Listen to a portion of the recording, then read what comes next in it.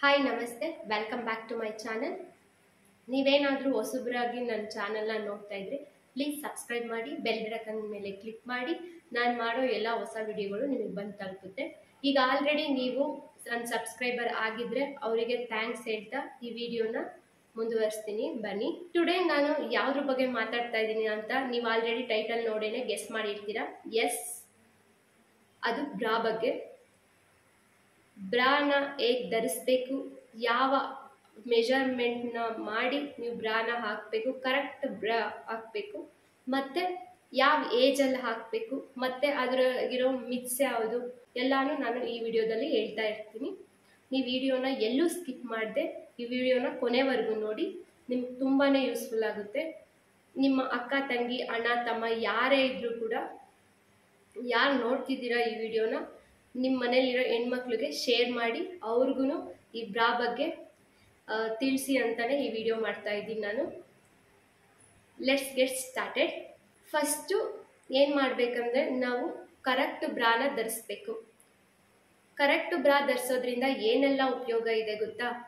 ನಮ್ಮ ಸೌಂದರ್ಯ ಹೆಚ್ಚಾಗುತ್ತೆ, ಮತ್ತು ಸೆಲ್ಫ್ ಕಾನ್ಫಿಡೆನ್ಸ್ ಜಾಸ್ತಿ ಆಗುತ್ತೆ, ನಮ್ಮ ಬ್ರೆಸ್ಟ್ ಶೇಪ್ ಕೂಡ ಚೆನ್ನಾಗಾಗುತ್ತೆ, ಸ್ಯಾಗ್ ಆಗಲ್ಲ ನಮ್ಮ ಬ್ರೆಸ್ಟು. ಇದೆಲ್ಲ ಉಪಯೋಗ ಇದೆ. ಮತ್ತು ಇನ್ನೊಂದು, ಕೆಲವು ಜನರಲ್ಲಿ ಭಯ ಇರುತ್ತೆ ಬ್ರಾ ಹಾಕೋದು. ಬ್ರಾ ಹಾಕಿದ್ರೆ ಕ್ಯಾನ್ಸರ್ ಬರುತ್ತೆ ಅನ್ನೋದು. ಖಂಡಿತ ಕ್ಯಾನ್ಸರ್ ಬರಲ್ಲ ಬ್ರಾ ಹಾಕೋದ್ರಿಂದ.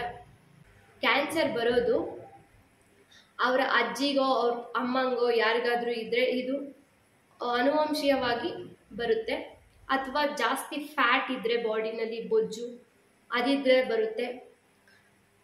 ಅದನ್ನು ಬಿಟ್ಟರೆ 40 ಏಜ್ ಆದಮೇಲೆ ಬರೋ ಅಂಥ ಚಾನ್ಸಸ್ ಇರುತ್ತೆ.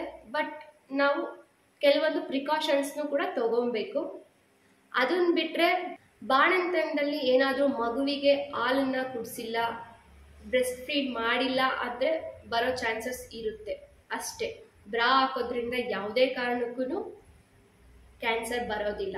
ಕೆಲವರಿಗೆ ಕರೆಕ್ಟ್ ಅಳತೆ ಬ್ರಾನ ಹಾಕ್ತಾ ಇರಲ್ಲ, ಅದರಿಂದ ಅವರಿಗೆ ಅನ್ಕಂಫರ್ಟಬಲ್ ಫೀಲ್ ಇರುತ್ತೆ. ಒಬ್ಬೊಬ್ರಿಗೆ ಇಲ್ಲೆಲ್ಲ ಏನಾಗ್ಬಿಡುತ್ತೆ, ರೆಡ್ನೆಸ್ ಬಂದ್ಬಿಡುತ್ತೆ ಅದ್ರ ಸ್ಟ್ರೈಪಿಂದ. ಮತ್ತು ಕೆಲವರಿಗೆ ಹೊರಗಡೆ ಕಾಣಿಸ್ತಾನೆ ಇರುತ್ತೆ. ಕರೆಕ್ಟ್ ಸೈಜ್ ಬ್ರಾ ಹಾಕಲಿಲ್ಲ ಅಂದರೆ ಶೇಪು ಕೂಡ ಕರೆಕ್ಟಾಗಿ ಕಾಣಿಸಲ್ಲ, ಚೆನ್ನಾಗಿ ಕಾಣಿಸಲ್ಲ. ನಾವು ಬ್ರಾನ ಕರೆಕ್ಟ್ ಮೆಜರ್ಮೆಂಟ್ ಮಾಡಿ ಹೇಗೆ ಹಾಕೊಳ್ಳೋದು ಅಂತ ಹೇಳ್ತೀನಿ. ಅದಕ್ಕೆ ಒಂದು ಸುಲಭವಾದ ಮಾರ್ಗ ಇದೆ.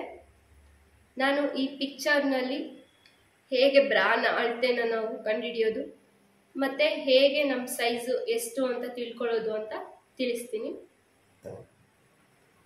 ಇವಾಗ ಪಿಕ್ಚರ್ನ ಹಾಕ್ತೀನಿ. ಮೊದಲು ಒಂದು ಮೆಜರ್ಮೆಂಟ್ ಟೇಪ್ನ ತಗೊಳ್ಳಿ. ಮೆಜರ್ಮೆಂಟ್ ಟೇಪಿಂದ ಅಳತೆ ಮಾಡ್ಕೊಳ್ಳಿ. ಹೇಗೆ ಅಂತ ತೋರಿಸ್ತೀನಿ ನೋಡಿ. ಪಿಕ್ಚರಲ್ಲಿ ತೋರಿಸ್ತಿರೋ ಥರನೇ ನೀವು ಬ್ಯಾಂಡ್ ಸೈಜ್ನ ಫಸ್ಟು ಅಳತೆ ಮಾಡ್ಕೊಳ್ಳಿ. ತೋರಿಸ್ತಿದ್ದೀನಲ್ಲ, ಈ ಪಿಕ್ಚರಲ್ಲಿ ತೋರಿಸೋ ಥರ ನೀವು ಬಸ್ ಸೈಜನ್ನು ನೀವು ಫಸ್ಟು ಕಂಡುಹಿಡ್ಕೊಬೇಕು. ಬಸ್ ಸೈಜನ್ನ ಕಂಡುಹಿಡ್ಕೋಬೇಕು ಅಂದರೆ ಈ ಪಿಕ್ಚರಲ್ಲಿ ತೋರಿಸಿರೋ ಥರನೇ ನೀವು ಅಳತೆ ಮಾಡ್ಕೊಳ್ಳಿ. ಈ ಎರಡನ್ನು ಮೆಜರ್ ಮಾಡಿಕೊಂಡು ನೋಡಿ, ಕರೆಕ್ಟ್ ಬ್ರಾ ಸೈಜ್ನ ನಾವು ಕಂಡುಹಿಡ್ಕೊಬೇಕು ಅಂದರೆ ಬ್ರೆಸ್ಟ್ ಸೈಜು ಮತ್ತು ಕಪ್ ಸೈಜು ನಮಗೆ ಗೊತ್ತಿರಬೇಕು. ಸೊ ಇವಾಗ ಎರಡು ಅಳತೆನೂ ನೀವು ತಗೊಂಡಿದ್ದೀರಾ, ಬಸ್ ಸೈಜು ಮತ್ತು ಬ್ಯಾಂಡ್ ಸೈಜ್ ಅಳತೆ.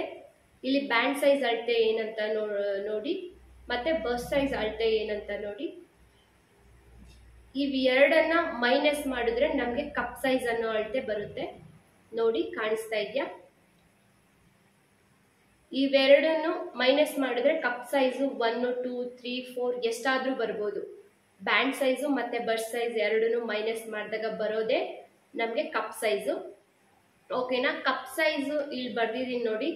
ಇಷ್ಟು ಏನಿದೆ, ಈ ನಂಬರ್ಸ್ ಏನಾದರೂ ಬಂದರೆ 1 ಬಂತು ಅಂದರೆ ಎ, 2 ಬಂತು ಅಂದರೆ ಬಿ, 3 ಬಂತು ಅಂದರೆ ಸಿ. ಇಷ್ಟನ್ನ ನೋಡಿಕೊಂಡು ನೀವು ನಿಮ್ದು ಬ್ಯಾಂಡ್ ಸೈಜ್ ಇರುತ್ತಲ್ಲ, ಆ ಬ್ಯಾಂಡ್ ಸೈಜು ಕಪ್ ಸೈಜು ಎರಡನ್ನೂ ನೋಡಿ. ಇವಾಗ ಬ್ಯಾಂಡ್ ಸೈಜ್ ಇಲ್ಲಿ ಎಷ್ಟಿದೆ? 32 ಇದೆ, ಮತ್ತು ಕಪ್ ಸೈಜು 2 ಇದೆ. 32 ಇಲ್ಲಿ ಕಪ್ ಸೈಜ್ದು 2 ಇಂಚಸ್ಗೆ ಏನು ಬಂದಿದೆ? ಬಿ. 32 ಬಿ ನಿಮ್ಮದು ಕರೆಕ್ಟಾದ ಬ್ರಾ ಸೈಜ್. ಓಕೆನಾ? ಇದನ್ನು ಸ್ಕ್ರೀನ್ಶಾಟ್ ತೆಗೆದುಕೊಳ್ಳಿ, ಆಮೇಲೆ ನಿಮ್ಮ ಸೈಜನ್ನು ಚೆಕ್ ಮಾಡ್ಕೊಳ್ಳಿರಂತೆ. ಬ್ರಾದು ಅಳತೆ ಗೊತ್ತಾಯಿತು ಕರೆಕ್ಟಾಗಿ ಯಾವ ಸೈಜ್ ಹಾಕಬೇಕು ಅಂತ ಅಲ್ವಾ. ಇದು ಫಿಟ್ಟಾಗಿ ಕೂರುತ್ತೆ ಈ ಸೈಜನ್ನು ನೀವು ಬ್ರಾ ಹಾಕೋದ್ರಿಂದ. ನೆಕ್ಸ್ಟ್ ಏನು ಮಾಡಬೇಕು, ಗುಡ್ ಕ್ವಾಲಿಟಿ ಬ್ರಾನ ಹಾಕಬೇಕು.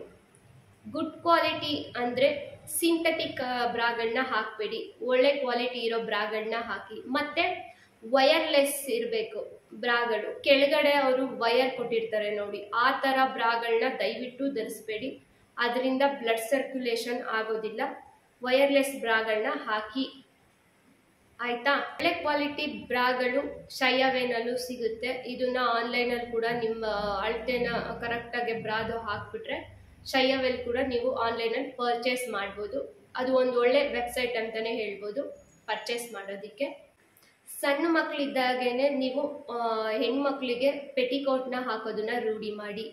ನೆಕ್ಸ್ಟು ಅವರಿಗೆ ಪೆಟಿಕೋಟ್ ಆದಮೇಲೆ ಸ್ಪೋರ್ಟ್ಸ್ ಬ್ರಾಗಳನ್ನ ಯೂಸ್ ಮಾಡಿ ಹಾಕೋದನ್ನ ಅವರಿಗೆ ಹೇಳ್ಕೊಟ್ರೆ ಅವರಿಗೆ ಅನ್ಕಂಫರ್ಟಬಲ್ ಫೀಲ್ ಆಗಲ್ಲ ನೆಕ್ಸ್ಟು ಕರೆಕ್ಟ್ ಬ್ರಾ ಹಾಕೋದಕ್ಕೆ. ಅದಕ್ಕೆ ಕಡಿಮೆ ಸಣ್ಣ ವಯಸ್ಸಿಂದನೇ ಹಾಕೋದನ್ನ ರೂಢಿ ಮಾಡಿ, ಅವ್ರಿಗೆ ನೋಡೋಕ್ಕೂ ಚೆನ್ನಾಗಿ ಕಾಣಿಸುತ್ತೆ. ಬ್ಲ್ಯಾಕ್ ಬ್ರಾಗಳನ್ನ ಹಾಕಬೇಡಿ, ಇದು ಹೀಟ್ ಅಬ್ಸರ್ವ್ ಮಾಡುತ್ತೆ. ದಯವಿಟ್ಟು ಇಂಥ ತಪ್ಪನ್ನು ಮಾಡಬೇಡಿ. ಅದು ಬೇಸಿಗೆಲಂತೂ ಈ ಬ್ಲ್ಯಾಕ್ ಬ್ರಾನ ಹಾಕೋದ್ರಿಂದ ಹೀಟ್ ಜಾಸ್ತಿ ಅಬ್ಸರ್ವ್ ಮಾಡಿಕೊಂಡು ನಿಮ್ಮ ಸೌಂದರ್ಯನ ಹಾಳು ಮಾಡುತ್ತೆ, ಬ್ರೆಸ್ಟ್ ಸೌಂದರ್ಯನ ಹಾಳು ಮಾಡುತ್ತೆ. ಅರ್ಥ ಆಯ್ತಾ. ಇಷ್ಟು ಬಿಸಿಲಿನಲ್ಲಿ ನಿಮ್ಮ ಬ್ರಾನ ಒಣಗಾಕಿ, ಇದರಿಂದ ಬ್ಯಾಕ್ಟೀರಿಯಾಗಳು ಸಾಯ್ತವೆ.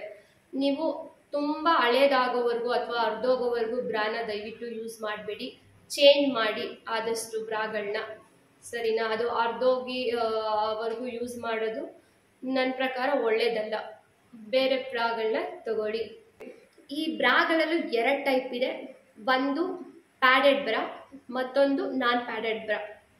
ಪ್ಯಾಡೆಡ್ ಬ್ರಾ ಯೂಸ್ ಮಾಡೋದ್ರಿಂದ ವಾಲ್ಯೂಮ್ನ ಜಾಸ್ತಿ ಆಗೋವಂತೆ ಕಾಣಿಸುತ್ತೆ, ಮತ್ತು ನಿಪ್ಪಲ್ ಕಾಣಿಸಲ್ಲ, ಮತ್ತು ಬೆಟರ್ ಶೇಪ್ ಇರುತ್ತೆ ಪ್ಯಾಡೆಡ್ ಬ್ರಾ ಯೂಸ್ ಮಾಡೋದ್ರಿಂದ. ಇದನ್ನ ಸ್ವಲ್ಪ ಸಣ್ಣ ಇರೋರು ಯೂಸ್ ಮಾಡ್ಬೋದು, ಬಟ್ ದಪ್ಪ ಇರೋರು ಯೂಸ್ ಮಾಡಿದ್ರೆ ಸ್ವಲ್ಪ ಆಕ್ವರ್ಡಾಗಿ ಕಾಣಿಸುತ್ತೆ. ಅದಕ್ಕೋಸ್ಕರ ಅವ್ರು ಏನು ಮಾಡಬೇಕಂದ್ರೆ ನಾನ್ ಪ್ಯಾಡೆಡ್ ಬ್ರಾನ ತಗೊಬೇಕು. ನಾನ್ ಪ್ಯಾಡೆಡ್ ಬ್ರಾ ಹಾಕೋದ್ರಿಂದ ಏನೆಲ್ಲ ಯೂಸಸ್ ಇದೆ ಅಂದರೆ, ಒಂದು ನಿಮ್ಮ ಶೇಪ್ ಏನಿದೆ ಅದು ಕರೆಕ್ಟಾಗಿ ಚೆನ್ನಾಗಿ ಕಾಣಿಸುತ್ತೆ. ಸೆಕೆಂಡ್ ಬಂದು ಡೈಲಿ ಯೂಸ್ ಮಾಡ್ಬೋದು ನಾನ್ ಪ್ಯಾಡೆಡ್ ಬ್ರಾಗಳನ್ನ. ಥರ್ಡ್ ಬಂದು ಬಲ್ಕಿಯಾಗಿ ಕಾಣಿಸಲ್ಲ, ಆಯಿತಾ. ನಾನು ಸಜೆಸ್ಟ್ ಮಾಡೋದು ಬಂದು ನಾನ್ ಪ್ಯಾಡೆಡ್ ಬ್ರಾನೇ.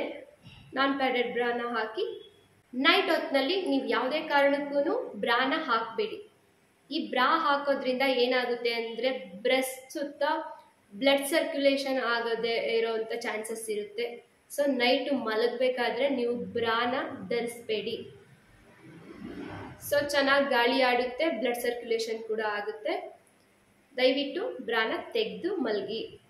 ಗರ್ಭಿಣಿಯರಿಗೆ ಮೆಟರ್ನಿಟಿ ಬ್ರಾ ಅಂತಲೇ ಮಾರ್ಕೆಟಲ್ಲಿ ಅವೈಲೇಬಲ್ ಇರುತ್ತೆ. ಆ ಮೆಟರ್ನಿಟಿ ಬ್ರಾಗಳನ್ನೇ ನೀವು ಯೂಸ್ ಮಾಡಿ. ಇದರಿಂದ ನಿಮ್ಮ ಬ್ರೆಸ್ಟು ಚೆನ್ನಾಗಿರುತ್ತೆ ಅಂತಲೇ ಹೇಳ್ತೀನಿ. ಯಾಕಂದರೆ ನಾರ್ಮಲ್ ಪೀಪಲ್ಸು ಯೂಸ್ ಮಾಡೋದನ್ನ ನೀವು ಮಾಡೋದಕ್ಕಾಗಲ್ಲ. ಸೊ ಅದಕ್ಕೆ ಮೆಟರ್ನಿಟಿ ಬ್ರಾಸ್ನ ಯೂಸ್ ಮಾಡಿ. ಈ ವಿಡಿಯೋ ನಿಮಗೆ ಇಷ್ಟ ಆಗಿದೆ ಅಂತ ನಾನು ಭಾವಿಸ್ತೀನಿ. ಈ ವಿಡಿಯೋನ ನಿಮ್ಮ ಮನೆ ಹೆಣ್ಮಕ್ಳಿಗೆ, ನಿಮ್ಮ ಅಕ್ಕ ತಂಗಿ ಫ್ರೆಂಡ್ಸ್ ಎಲ್ಲರಿಗೂ ಶೇರ್ ಮಾಡಿ. ಅವ್ರು ಮಾಡ್ತಿರೋ ಮಿಸ್ಟೇಕು ಅವರಿಗೆ ಅರ್ಥ ಆಗುತ್ತೆ, ಗೊತ್ತಾಗುತ್ತೆ.